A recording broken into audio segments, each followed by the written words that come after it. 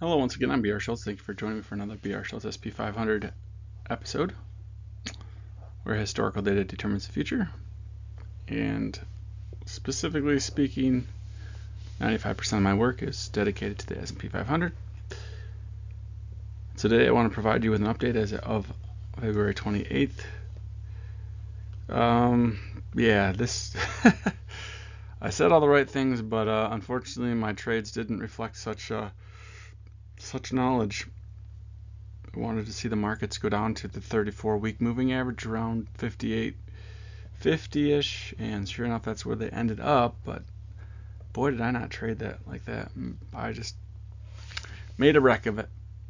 And so, even with the green wave predicting that there could be some weakness on the 27th, and those of you who watch my blog saw that I, kept on saying that the markets needed to go down to 5800 range. Even said 5850 a few times, 5840, and I just botched the whole thing right up. Man, had all the knowledge, but emotions got the best of me.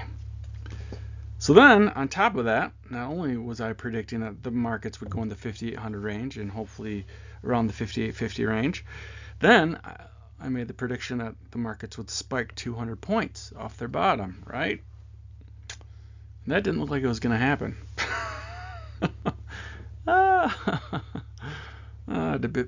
But to be more painful, that prediction had to try to come true too, didn't it? Yeah, we hit 58.40 and we had ended the day at like a high. We hit a high in the SPX 500 USD of like 59.60, so we jumped 120 points. Oh my goodness. Couldn't ask for a better outcome, right? But I did not trade it like that at all. I had a few small losses in there, and but it would be funny if the calls that I bought yesterday for like the 60-80 range for the March 3rd time frame. Number one, I should have pushed it back one day past my prediction. I should not have predicted a March 3rd peak and then bought an expiration date of March 3rd. Usually my rhythm is to buy at least one day past my peak date. So if I think a peak date is going to be March 3rd, on the E-minis, I will, buy puts or calls one day past that. So even if they hit my target late, at the very end of the day, I still have time left for another day. So I disobeyed my rules. Number one, So anyways, it'd be funny if markets still go up and hit the 60-80 range on Monday, maybe even Tuesday. And so that's what today's video is about, is the short-term peak that we're looking for on March 3rd or 4th. Thank you for joining me. And another 7, 8, 9, 10 people donated after my last video. So thank you. Yeah. So obviously people are saying, hey, keep going on the videos. So apologize that I did not trade it that well. Hopefully some of you were able to trade it much better than I was. Hopefully you have a little more experience and more calm, or maybe better indicators than that are kind of harmonized with the levels that I was spitting out there, and the timing. But man, I could not put one and one together for the life of me on a trade. Just embarrassed. Yeah, I haven't played that bad in a long time. But everyone has a bad trading day, so. But I think most of my losses were small, so I didn't really play big ever on my account, so that's good. And like I said, usually when I have a pretty sure bet, or where I feel it's more of a sure bet, I'll go big on the shares and go light on the options, because obviously I just want a little gunpowder in my play, in my trade. And then also, if you want to look at my blog, I'm trying out a crypto penny stock type model for the Sense penny stock that I chose for 2025. Sense reports earnings, I think, end of day March 3rd, and so I'm trying out my crypto peak model. I bought like 50 $1.50 strikes with a I think March 2025 expiration. So it's got like 3 weeks of time on it, and they cost like 5 cents each, you know. So for testing out a peak model on one of these little tiny players, it should be fun to watch, I think, because the model predicts that there will be some kind of explosive upside on this SENS. So you can just watch it. You can add it to your watch list. I think it's funny because if the options are 5 cents, right, and the thing does jump up to $1.50 or even $1.30, like after earnings on the morning of March 4th, I think it'll just be funny. I mean, if I lose the money, okay, that's fine. But the peak model seemed to sync backtest pretty well. So again, if you just want to watch it for entertainment's sake, SENS was my penny pick. I actually closed all my calls. For those of you who watch my blog, I closed all my calls right around the peak, honestly, mid-February. That was a beautiful play on the exit. And now again today, at the very end of the day, I bought calls on it for what I think could be an explosive move after earnings. So I'm kind of excited about it. You know, I would like to build some kind of model that would understand the rhythm of crypto or of smaller stocks. And yeah, if it gets really good at it, maybe I'll create a video or two more. But I think penny stocks and smaller stocks, because they get diluted and things like that, and crypto, because you know they do those like coin drops, it dilutes the pricing, right? So I think the harmonic is at a different frequency. I keep the same gold wave algorithm. What I do is I expand the upper and lower limits of the model. So I'm still testing out that theory, but really I'm getting some really good reads on SENS. So again, if you're interested or you like my models, you like my theory, mathematical theory, I think it'd be fun to at least watch this one over the next month. So, and like I said, if I lose $250, okay, that's fine. But I gotta have a little skin in the game, right? Because every now and then when you hit it right, it just makes you laugh that much more. But if not, be looking for the peak in markets, looking to go short on the March 3rd or maybe even morning of March 4th. And I want to jump to the model and show you why that is. Donation QR codes and donation link below this video, and PayPal link below the YouTube video down in the description. Thank you for following me. So here in the gold wave, we have a beautiful 1, 2, 3. I just talked myself out of this today. I don't know why. I thought markets could go negative, and that might have a negative effect on the 3. But no, it didn't. It was exactly as I originally thought. The 3 formed there, and yeah, that was painful. 140 points off the bottom. It could have been mine, right? I've been waiting for the 34-week moving average, and it just plopped right in my lap. Talk about being a rookie. I feel like a rookie. But yeah, so I just threw myself down the stairs after markets were closed today. You know, pulled a Homer Simpson, just tripped down every stair and smashed my face in the ground. You know, that felt good, so to speak, on that trade. My goodness, I'm just beside myself. So anyways, I'll be looking to go short. As you can see, a nice, beautiful 1, 2, 3. This is really essentially the theory in practice, right? This is what I dreamt of 20 years ago. Having this balance, this 1, 2, 3, beautiful harmonic that just fit beautifully inside some kind of trend line, going up to the top of the graph, and exactly where it touches the top of the graph, that would be where everything would pivot. That was the theory, right? Is to have this type of balance, mathematical balance to markets that was graphed in such a way that there'd be like a mathematical beauty to it, that when I found that perfect harmonic, right? That perfect frequency in markets, that gold wave, if you will, that once those 1, 2, 3 points would be found, not only would it have that sine wave type of movement, right? Regularly, a rhythm, where you look at the green and maybe the purple, and they kind of like, you know, they have their sine wave points, but you know, they're kind of slow in some areas, kind of laggish in other areas. Not so much sine wavy, right? But that gold wave, it really does have a nice rhythm to it most times, right? When it pulls down, it's smooth. When it goes peaks out, it's smooth. Just a really nice flow to it.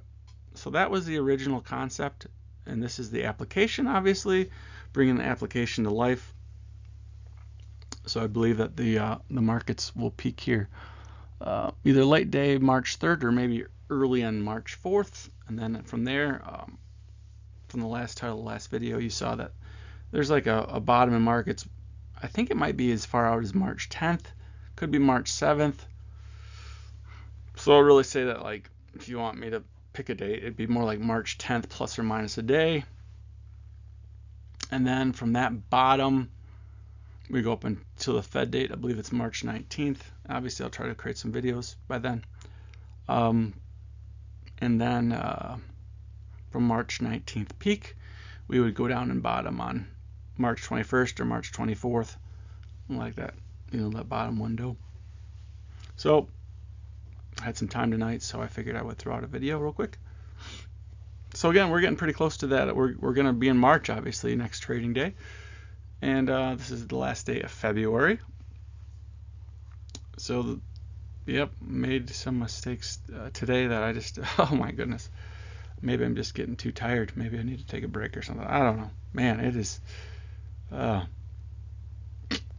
you say all the right things and then you don't follow through.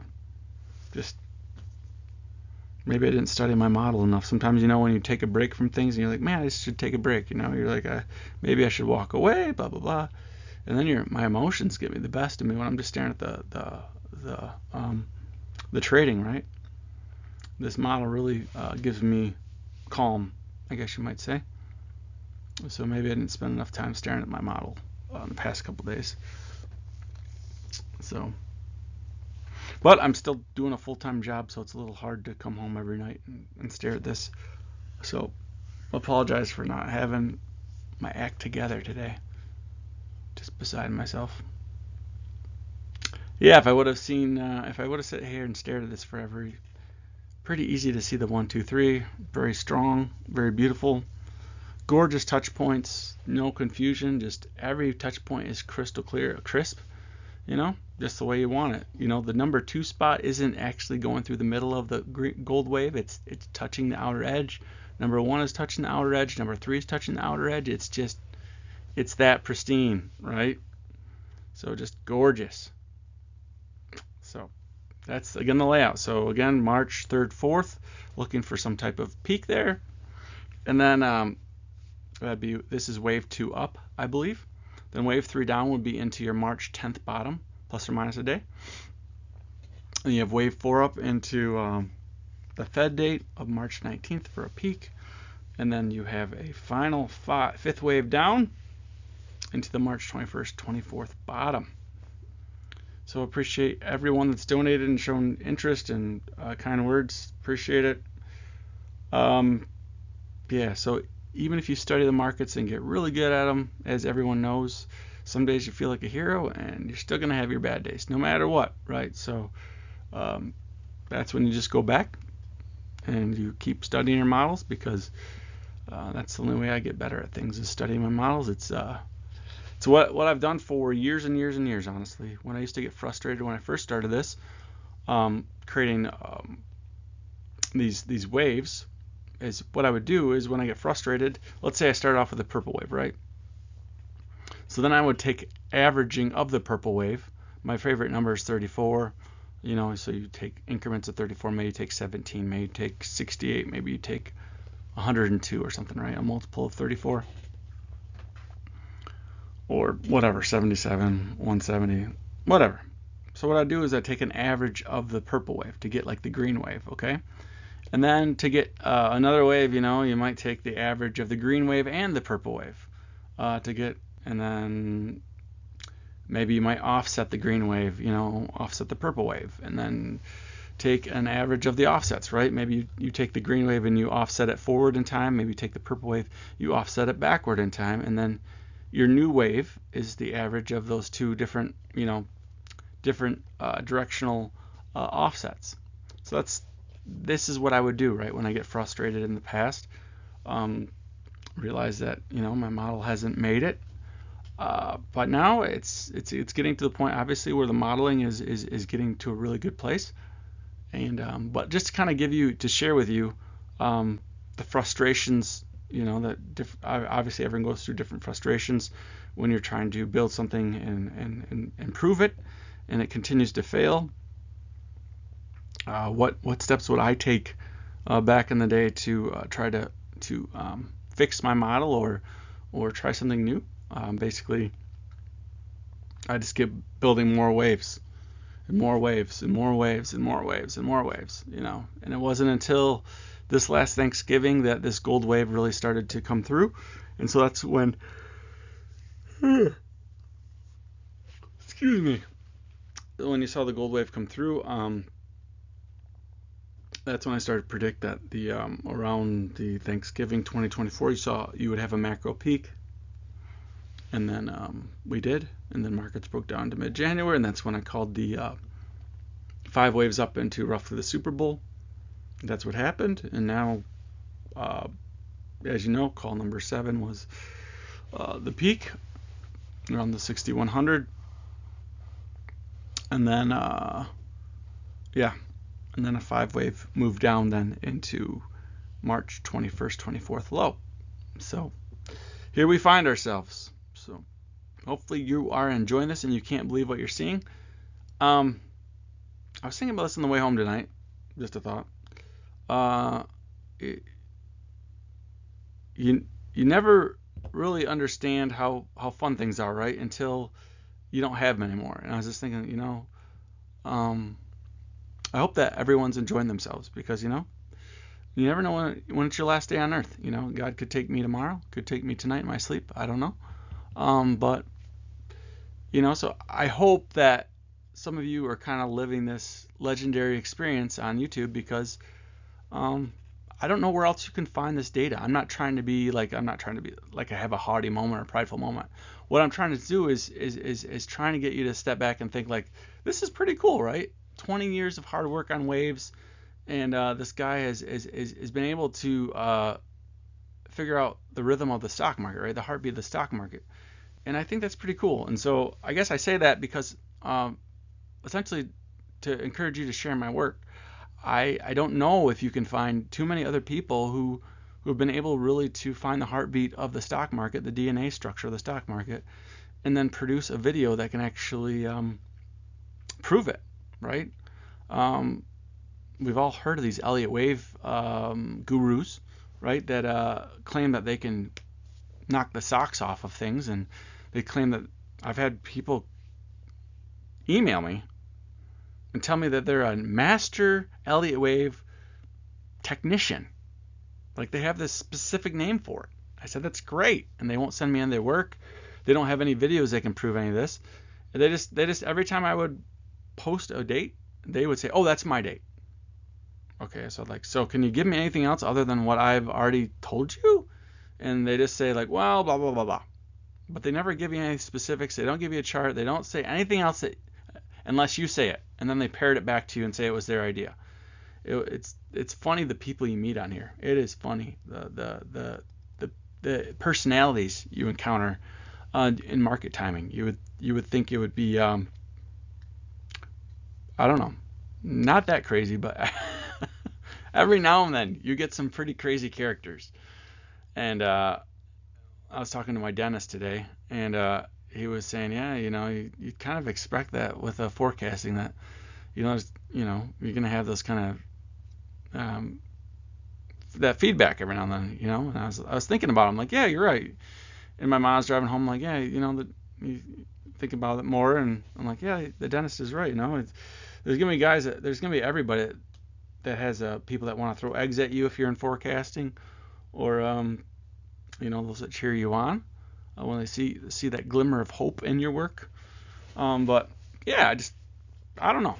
Sometimes I have to sit back and even just think about like how far have I really come in 20 years? It's pretty exciting. It is really cool, and hopefully every now and then you get a wisp of legendary type of aura around the stock market timing. Because again, of all my life looking at stock market timing, the best out there always give you some type of overlay of what happened back in this year, or this year, or this fractal, right? They always give you a fractal of something that already occurred in time, and they say, well, the best we have to match it up with is this. And it rarely ever like matches it, right? Now the guy that I met from the UK, he was very good at candle counting. He was absurd at good he was. So I don't know if he even still watches my YouTube videos and just never emails me. He could, very well could. One of those mysterious fellows. And maybe my work is like Gans, DW Gans, I don't know. Hopefully. But DW Gans is obviously a legend beyond what I'll ever become. But I don't know if I'll ever make a million or two off this. But obviously it was rumored that WD Gann made like 50 million, right, in his lifetime. That's crazy without computers. So anyways, yeah, it's not fractals, is it? It's just not. This is live data. This is taking the price rhythm of the current day and giving you the forecast based on the current day rhythm, right? I just don't think you're going to be able to find anything like it. If you can find someone else like my work or better than my work, please share it with the group down below in the comments. I always do my best to leave comments on. I haven't found anybody yet who can is consistent, right, and can produce videos that accurately predict the future. Just haven't been able to find them. So yeah, I don't know. Every now and then it just kind of makes your hairs on your arms stand up, right? Because it's so cool that this really is predicting the future. And I think many of you have seen it and you enjoy it. That's why you donate. That's why you keep following. But yeah, I don't know. Sometimes I feel like, okay, so I get to keep doing this the rest of my life by God's grace, and hopefully I do. Hopefully God grants me long time health and life on this earth, so that I can enjoy this hobby for another 40 years of my life on earth. Yeah, that'd be cool. So anyways, that's my episode for today. I gave you the forecast there, and that's kind of with the 5-wave structure I see down into the March 21st, 24th macro low in markets. And yeah, I don't know how severe the peak will be from March 3rd or 4th down into the March 10th bottom. It'll be very interesting because that'd be wave 3 down. That would kind of be like your, let's see here, that'd be like your December 26th peak to your January 2nd low. That'd be like that. So we saw a 200-point jump in markets. What was that? Early December 20th morning, I think, from memory. And then it jumped like 200 points, I believe. So you get that 200-point pop, right? That was that 10-minute model that I was talking about on my blog. After you get wave 1 down, then you get like a 200-point jolt straight up, and it knocks all the shorts out rapid fire. Okay, so that's why I exited my shorts at some point, thinking that the 10-minute model would engage on a bottom, and that rapid fire response upwards, it can just give you the biggest punch in the face, right? So I felt like that was coming as we approached the bottom.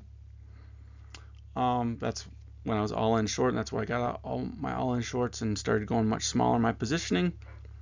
But we saw 120 point pop off the bottom today within, what, 2 hours? It was ridiculous. Went down to 58.40 and then shot up to 59.60. Just rapid fire, right? That's why I'm saying this 200 point pop that I was expecting was going to be extremely fast. That's what I was looking for. I didn't time it well. And now I'm just talking. Anyways, hope you have a good weekend.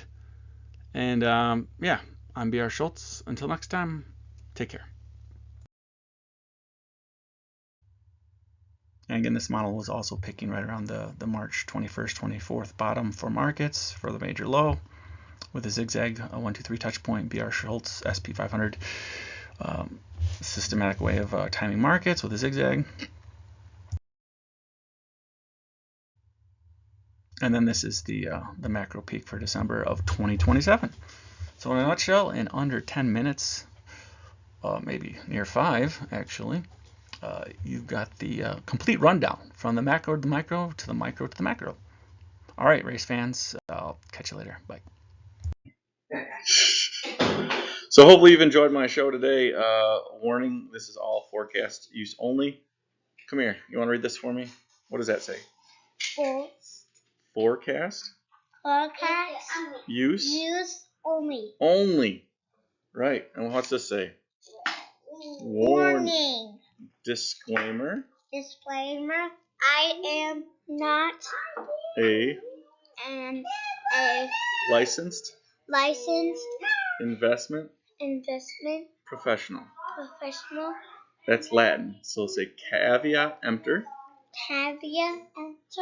Seek professional advice prior to investing. Investing bears risk of financial loss. Very good. And so basically this is saying if you ever try to invest in stocks or anything else, you could lose money. Warning, warning, warning. And all my graphs are subject to change. And not all the results are not always the same. Yeah. Thank you for reading for me. You're welcome. And that's it for today. I'm B.R. Schultz. Until next time, take care.